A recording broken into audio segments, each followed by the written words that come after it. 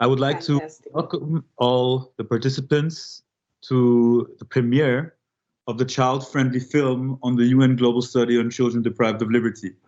My name is Manu, Krishan, and I'm the Global Study Program Manager at the Global Campus of Human Rights, a network of 100 universities, where we are also conducting global study-related follow-up projects. I have the pleasure to have the speakers here today with me. On the one hand, Manfred Novak, independent expert leading the global study on children deprived of liberty, but also the Secretary General of the Global Campus of Human Rights. Then Manuela Pegoraro, who has been the lead of this project on the child-friendly film, as well as Angela Vasile, who has been very instrumental during the global study process, being part of the Child Youth Advisory Group for the World Congress, as well as the Global Study, who is a graphic designer and Terre des Hommes youth advisor. The process today is very straightforward. Professor Novak will first give an overview of the global study. Thereafter, we will see the child-friendly film, which will be around 12 minutes. Manuela Pegoraro will give a bit of an overview on the process, and thereafter, Angela Vasile will give her account and take of the whole process and work that she did. Last but not least, in the end, we will give a bit of an overview of the next steps and how you can be more involved in the whole global study process. So I will give the floor to Manfred Novak for an overview. Please. Hi to everybody. I'm very, very happy that we can present this special child-friendly animated video. The global study by the United Nations is not an everyday exercise, in particular not on children's rights. We had two earlier studies, one on the impact of armed conflict on children, prepared by Grasa Magel in the 1990s, and the second one on violence against children, prepared by Paulo Sergio Pinheiro in 2006. Both had a major impact on the fate of child soldiers, the use of child soldiers, but also on all forms of violence against children, whether it's at home, at school, in the judicial system, etc. And that's why it was natural that the General Assembly of the United Nations in 2014 invited the then Secretary General of the United Nations to commission another global study on children deprived of liberty. And in 2016, I was appointed to lead. And lead, it only means that I am one of many, many different stakeholders who jointly prepared this global study, which I then presented to the General Assembly of the United Nations in New York in September 2019. Childhood is when children develop their personality, their talents, their emotional relationships. And if you deprive children of liberty, that means if you put them behind bars, you deprive them of their childhood. That's why the United Nations Convention on the Rights of the Child is very, very clear that deprivation of liberty, that means locking up children, is only allowed as a measure of last resort. It means as an exceptional measure. And if absolutely necessary, because a child committed a serious crime and is very dangerous, then only for the shortest appropriate period of time. Now, the purpose of the global study was, first of all, to find out how many children are actually behind bars. UNICEF always talked about 1 million. Now, when we conducted this study, and those are conservative data, but they are scientifically proven, we arrived at the conclusion that more than 7 million children are per year deprived of liberty, whether it is in police custody, in pretrial detention, in prisons, in migration-related detention centers, or in institutions. There are so many institutions, from orphanages to institutions for children with disabilities. And this is a scientific study that has clear recommendations to the United Nations, but its member states, to reduce as much as possible the number of children behind bars. That means, in particular, deinstitutionalize, abolish these big institutions. Children have a right to be loved, a right to grow up in a family or a family-type environment. Also, diversion in the criminal justice process can be done at every stage. There is no need to put them behind bars. And most importantly, abolish every form of migration-related detention of children. Thank you very much, and I look forward to see the video now.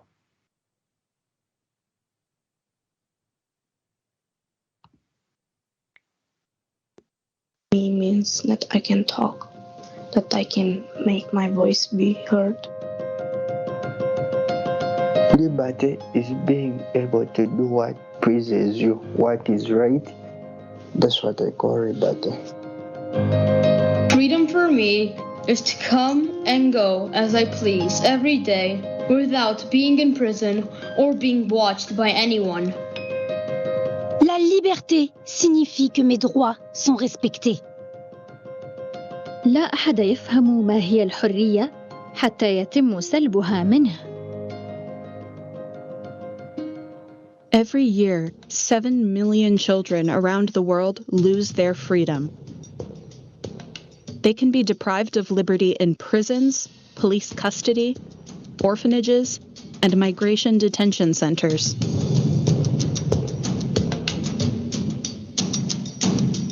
We know little about what goes on inside these closed institutions and what it's like to be deprived of liberty as a child. The UN tried to find out. For 3 years, they have been speaking with nearly 300 children, trying to understand what it's like for a child to lose freedom.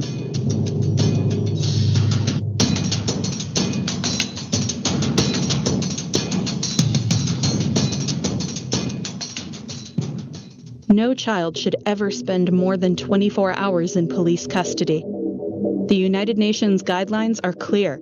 If you are under 18 and you broke the law, the government should send you to a foster home or a state program that is outside the prison system. But in reality, more than 1.4 million children are locked up in prisons around the world, most of them in the Americas. 1.4 million people is a huge number, enough to fill up 30,000 city buses. It's hard to imagine. Juan is one of them. He was arrested for drug dealing after living on his own on the street for years. He was sent to a special prison for young people. For Juan, prison is a place that is never quiet. A place that makes kids victims of an impressive suffering, of impressive resentment. Like many other kids, Juan told the UN researchers that he rarely had enough to eat in prison. He was bullied and abused. There's no evidence that putting kids in prison actually helps prevent crime. But there is plenty of evidence that shows the negative effects can stay with them for life. Even though 1 in 3 crimes committed by children are by girls, 94% of all detained children are boys. The girls who do get detained often deal with sexual harassment in prisons. Children who don't conform to a typical male-female role face violence. For all kids, their health suffers. Kids can stop growing or grow more slowly. Abuse, stress, and malnutrition leave them with lifelong challenges. There are kids who are in prison without ever having committed a crime. More than 19,000 live in prison with their parent or caretaker. Lolita is just 2, Diego not even 1, and they live with their mom. This cell is the only home they know. There is no one rule for what to do when a kid's parent goes to jail. Diego and Lolita's mother says her kids shouldn't grow up this way. There's nothing she wants more for them than their freedom, even if it means they live without her. There are even more children who are sent away to live without their family in institutions. Most institutions are run by the government. Each child is there for their own reason. but 80% of them actually have at least one living parent. 5.4 million children live in institutions worldwide. Irene is one of them. She was sent to a government shelter with other girls who had been sold and trafficked into prostitution.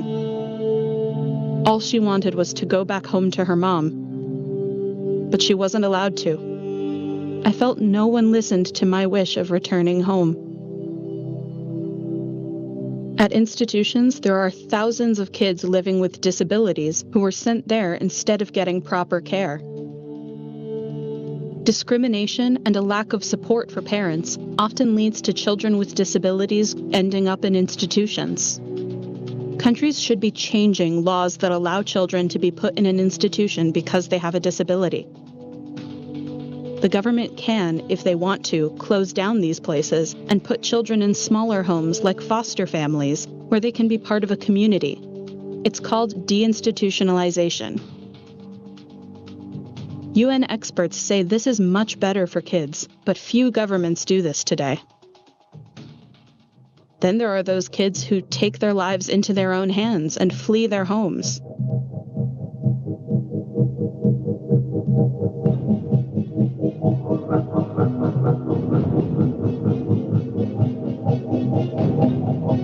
Jamil left his home in North Africa for Europe.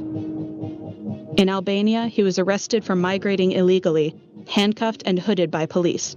He was sent to a center for migrants where he was held with adults and beaten by guards. I would hear people screaming. Over 80 countries allow children to be detained for migration reasons. UN guidelines say this is never acceptable. Other children lose their freedom without ever leaving home. More than 1 in 6 kids lives in a conflict zone. Each year, 35,000 children are detained in these places, often held for weeks, months, or even years without charge. War came to Sani. An armed group called Boko Haram attacked his village. He was able to hide and save his own life, but when the fighting stopped, government soldiers arrested him. They said he was a member of the group that had just attacked his village. They sent him to a military detention center, but never charged him with a crime. Sani and the other kids who spoke to the UN said the conditions at these detention centers are violent and dirty. The hardest part was the smell of the toilet. When the smell was very bad, it made me want to faint. Even in countries that are not at war, children are being arrested for national security reasons. Government police arrested Asser for belonging to a banned group called the Muslim Brotherhood. Like with Sani, they gave no evidence. Asser was held in prison for 3 years with no trial. But the real number is likely much bigger than this. Kids who are detained for belonging to armed groups aren't criminals. They are victims. Countries shouldn't detain or punish these kids through military courts. Instead, they should be given help and support by the government. The UN talked to all of these kids because they believe they have something important to tell all of us. Children have the right to ask questions about their situation, and their views should be taken into consideration as much as possible. But talking with these kids is just the first step. To change how children are being treated, adults in power need to better understand this issue. The adults working with kids need to be properly trained for this work too. Kids who lose their freedom are having their childhood and their future taken away. Taking away a kid's freedom should only happen if there's no other option available. If it has to be done, then only for the shortest time possible. Around the world, governments need to reduce the number of children that are locked up and do whatever possible to make sure kids can live in families. Some kids also share positive experiences about their detention. Access to education, job training, and sports gave them hope for their future. After meeting a music teacher in prison, Juan fell in love with rap and says it's given him another chance. Jamil joined an international advisory group for children's rights. Sani is focusing on school and hopes to become a doctor. Many of the kids shared what kind of changes they want to see happen.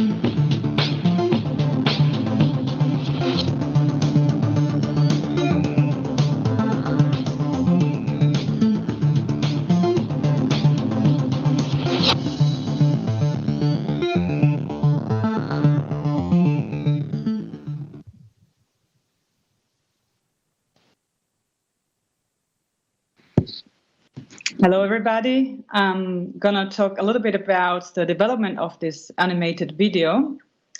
The rationale for developing this video was actually to create something that kids and young people would watch and use even for their advocacy. So we didn't only go to an animation studio and gave them the UN Global Study on Children Deprived of Liberty. We also went to Detained, a very famous NGO that took part of the child participation component in the UN Global Study, and asked them to help us again in involving kids and young people in creating this small film. And together with them, we organized workshops in 6 countries in Latin America, MENA, and Africa. Around 80 kids and young people were involved. Some of them experienced or are experiencing deprivation of liberty. And in addition, the Youth Advisory Group for the World Congress on Justice for Kids was also involved. And in these 2 workshops, kids and young people gave feedback on the mood board. So at the very beginning, at the first stage of the development of the video, where we were discussing how characters should be portrayed, colors and backgrounds, and they gave us great feedback. And then after the video was developed, they created what we call to action. So what you just saw at the end of the video was actually created by the kids and young people involved through 2 workshops in different regions of the world. So we have with us Angela, who was one of these young people who really helped us a lot in developing the video. So I leave the floor to her. Thank you, Angela, for joining us. Hi, and thank you, everyone. Before I start, I want to thank Terdzom, Manfred, and the Global Campus for giving me this chance to participate and work with you. I'm actually working with Terdzom for almost 6 years now, and I'm the peer mentor at the incoming World Congress. The World Congress will take place in November. And right now I want to share with you a bit of how the Child and Youth Advisory Group helped with the animation, and together with my own view as a graphic designer and peace of my mind regarding this problem. First, we helped with the animation by using as an information provider the child and friendly version of the global study, which was developed in partnership by Terdzom's Queen's University, Belfast, University College Cork, and Overstone. We actually had it available in 4 languages, more exactly in English, French, Spanish, and Arabic. Secondly, the workshops that Manuela talked about were useful in collecting information regarding the style in which the animations was created, like she said. Graphics, colors, story, the content. And just as she said, the content included calls to actions and answered to questions like, what does freedom means to me? This question was actually discussed during one of the workshops. After we finished it, everyone was left thinking, and some of the participants then recorded their own answers and sent them. Now, the answers that you heard in the beginning of the animations were actually recorded by those participants. Now, as a graphic designer, I wanted to say something about the animation. It was made in such a fantastic way. The story was presented in such a breathtaking way that it made you want to watch more, to find and hear more and more.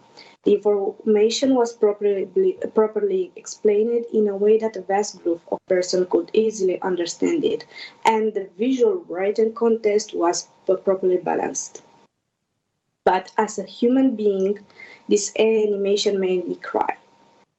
I think you maybe probably saw me trying to not cry as well this time, because the first time when I saw it, I was sitting at my desk watching, and at some point I had to stop the animation because I started crying so bad that I had to go search for some tissues. It's simply horrific to see those statistics.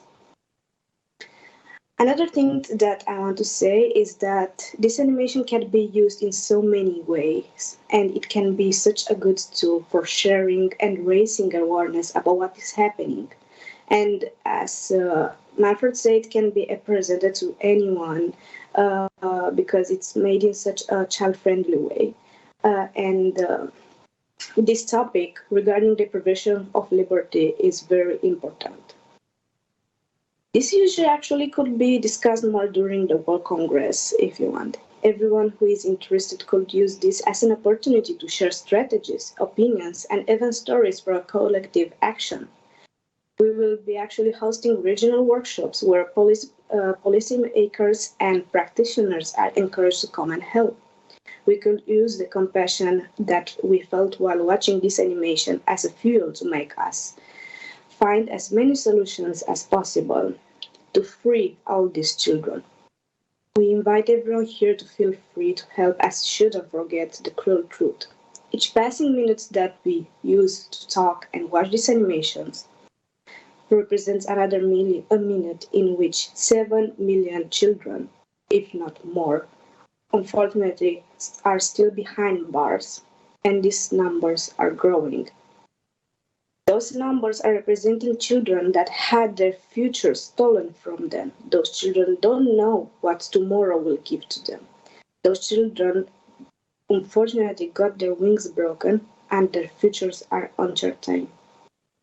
Thank you.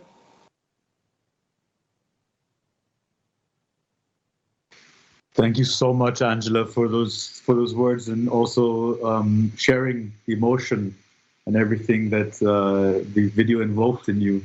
So as you have also been part of the whole process from the global study, during the global study, as well as the child-friendly summary, making pictures of Manfred and everything, and also now in this next process, in this next phase, being so instrumental with the World Congress. And this is a very big point and something to highlight to the audience.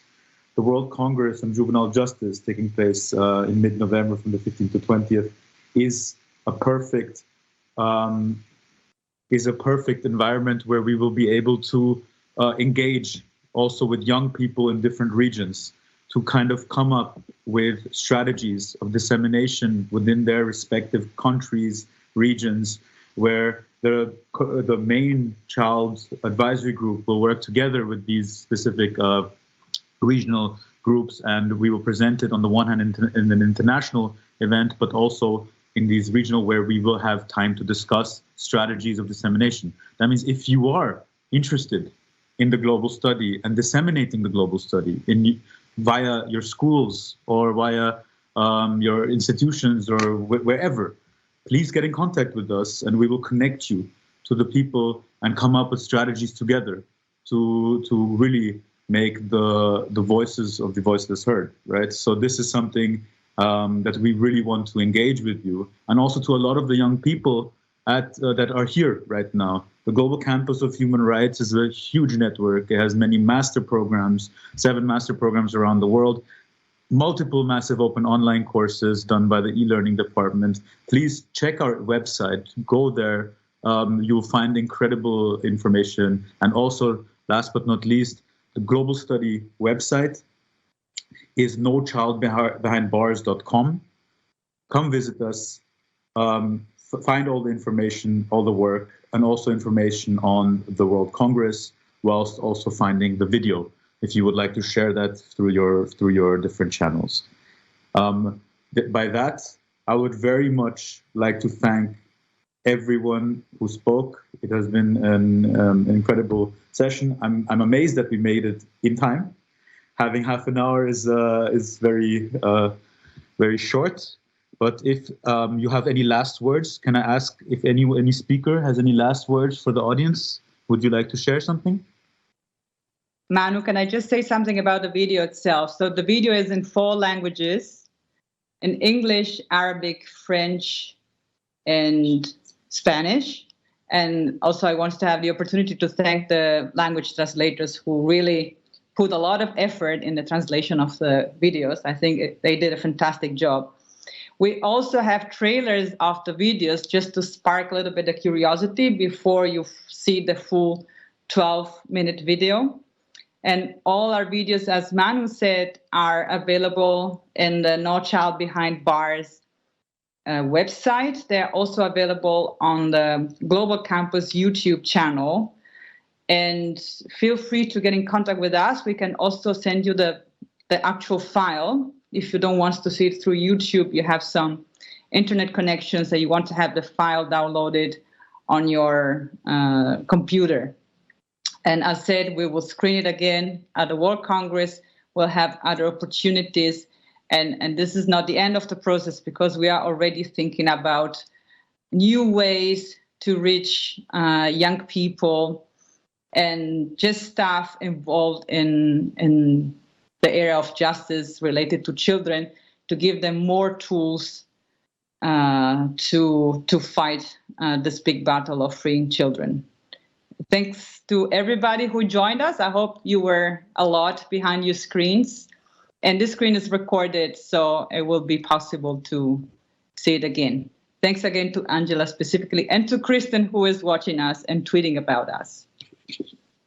Let me say a final word. I was very moved when Angela said that she started to cry when she was working on the animated video. I can tell you, and I have been 6 years UN Special Rapporteur on Torture, carrying out 18 fact-finding missions where I primarily visited prisons and other detention centers. And to see a child behind bars is much more difficult to actually emotionally accept than to see adults. It's bad for everybody, but it's terrible for children. It deprives them of their childhood. So I was also crying quite often afterwards. Great. I would like to. Angela, would you like one last word? I wanted to thank everyone, and indeed, it's very hard to see and hear about children behind bars. So thank you very much. Thank you very much for the session.